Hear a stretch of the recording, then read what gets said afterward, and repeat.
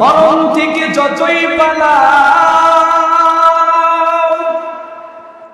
মরণ থেকে যতই পালাও, মরণ তোমায় লইবে ঘিরি।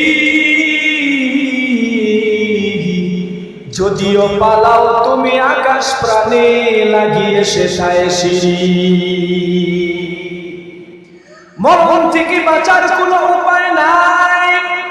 প্রত্যেকটা মানুষকে মৃত্যুর সম্মুখীন হতে হবে। ইদা জাআ আজালুহুম লা ইস্তাখিরুনা সাআতাও ওয়া লা ইস্তাকদিমুন। মরণ এটা প্রত্যেকটা মানুষের সামনে আসবে, তবে মরণে কিছু ব্যবধান আছে। কেউ যদি সাধারণভাবে মারা যায় আল্লাহর কাছে একটা মর্যাদা, কেউ যদি অ্যাক্সিডেন্টে মারা যায় আরেক মর্যাদা, কেউ যদি কোরআনটা তেলাওয়াত করতে করতে যদি মারা যায় তার মর্যাদা আল্লাহর কাছে অনেক বেশি। আবার কেউ যদি আল্লাহর রাস্তায় জিহাদ করতে করতে যদি মারা যায় তার মর্যাদা আল্লাহর কাছে আরো অনেক অনেক বেশি। কথা বলেন ঠিক কিনা?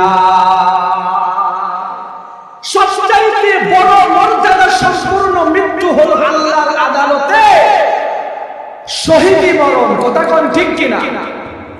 কোন মানুষ যদি শহীদ হয় আল্লাহর রাস্তায় জিহাদ করে নবীজির ইজ্জতকে বাঁচানোর জন্য, আল্লাহর কালেমা উঁচু করার জন্য, কাফের বেঈমান মুশরিকদের বিরুদ্ধে জিহাদ করতে করতে সে যদি শহীদ হয় তার মর্যাদা আল্লাহর কোরআনে অনেক বেশি। আল্লাহু আকবার করেন, আল্লাহু আকবার। এজন্য আমরা শহীদি মরণ চাই কি চাই না?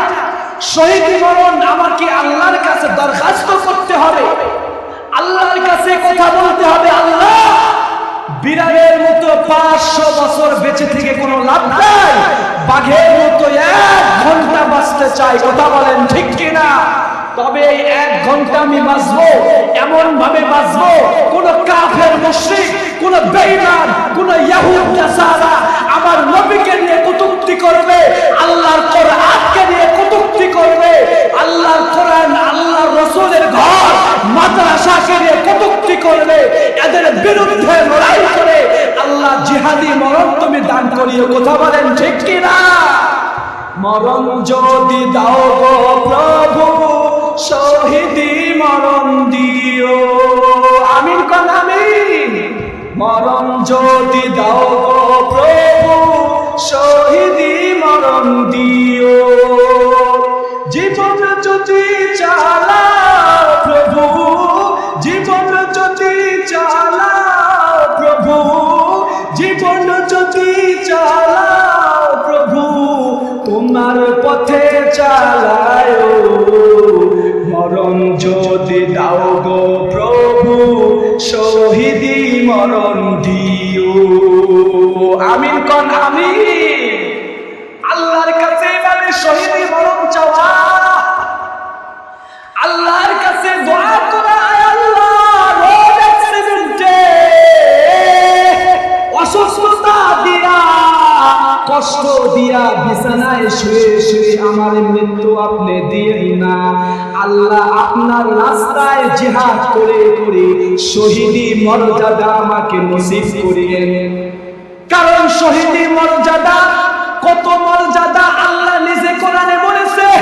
সূরাতুল বাকারা খুলে দেখেন, আল্লাহ ডাক দিয়ে কয়, ওয়ালা তাকুলু লিমান ইউকতালু ফি সাবিলিল্লাহি আমওয়াত বাল আহইয়াউ ওয়ালাকিন লা তাশউরুন।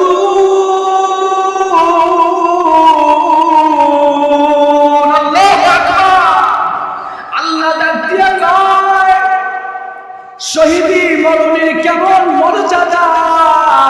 কয় শহীদি মরণের এত মর্যাদা, আল্লাহর কোরআন ডাক দিয়া কয় কোন বান্দা যদি শহীদ হয়ে কবরে যায়, দুনিয়ার মানুষের চোখে লোকটা মৃত্যু হতে পারে, কিন্তু আমি আল্লাহ আমার চোখে ওই লোকটা কবরে জীবিত। সুবহানাল্লাহ।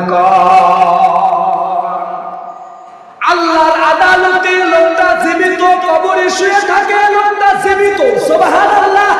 এজন্য খলিফাতুল মুসলিমিন হযরতে ওমর ফারুক রাদিয়াল্লাহু তাআলা আনহু আল্লাহর কাছে মাঝে মধ্যে দোয়া করতেন, আল্লাহুম্মা রযুকনি শাহাদাতান ফি সাবিলিক, আল্লাহুম্মা রযুকনি শাহাদাতান ফি সাবিলিক ওয়াজআল মাউতি ফি বালাদি রাসূলিক। খলিফাতুল মুসলিমিন মাঝে মধ্যে আল্লাহর কাছে দোয়া করে, আয় আল্লাহ শহীদি মরণ আমাকে দান করো, আয় আল্লাহ আমার মরণটা যেন আপনার নবীর শহর মদিনাতেই হয়। ওমরের মতো একজন মানুষ আশারায়ে মুবাশশারা, আল্লাহর রাসূল 10 জন সাহাবায়ে কেরামকে দুনিয়াতে জান্নাতের খবর দিয়েছে। আল্লাহু আকবার। 10 জনকে রাসূল দুনিয়াতেই বলেছে, আবু বকর ফিল জান্নাহ, ওমর ফিল জান্নাহ, ওসমান ফিল জান্নাহ, তালহা ফিল জান্নাহ। আল্লাহর রাসূল এভাবে 10 জন সাহাবীকে দুনিয়াতে জান্নাতের সুসংবাদ দিয়েছে। এমন একজন সাহাবী ওমর আল্লাহর কাছে শহীদি মরণের মর্যাদা চায়। কেমন ছিল সেই ওমর, কি তার মর্যাদা, কি তার ইবাদত। আল্লাহর পয়গম্বর বলেছে, লাউ কানা বাদি নবিয়্যুন লাকানা ওমর। রাসূল বলেছে, আমার পরে যদি দ্বিতীয় কেউ যদি নবী হইতো সে হইতো ওমর। সুবহানাল্লাহ। আমার পরে যদি আল্লাহ নবুয়তের দরজা খোলা রাখতো তাহলে সে হইতো হযরতে ওমর। কেমন ছিল সেই ওমরের তাকওয়া, মর্যাদা, ইবাদত, বন্দেগী। কেমন ছিল সেই ওমর আল্লাহর রাসূলের সুহবতে পাইয়া পাইয়া ওমরের মর্যাদা এত বেশি হয়েছে, এত বেশি। কয় ওমর তো হলেন ওই সাহাবী যে সাহাবী মদিনায় বসে বসে 250 মাইল দূরে জিহাদ করতেছে, সাহাবীদেরকে দেখতে পায়। আল্লাহু আকবার।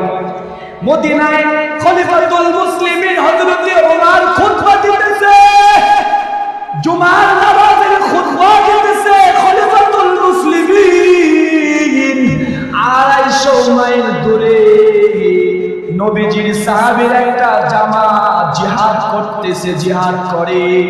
ওমর খুতবার ভিতরে হঠাৎ করে ডাক দিয়ে বলতেছে, ইয়া সারিয়া, ইয়া সারিয়া আল জাবাল, আল জাবাল। আল্লাহু আকবার। ও সারিয়া, পাহাড়ের দিকে তাকাও, দুশমনেরা আসতেছে, সাবধান হয়ে যাও। মসজিদের মাঝখান থেকে একজন গ্রাম্য দাঁড়ায় গেছে, ডাক দিয়া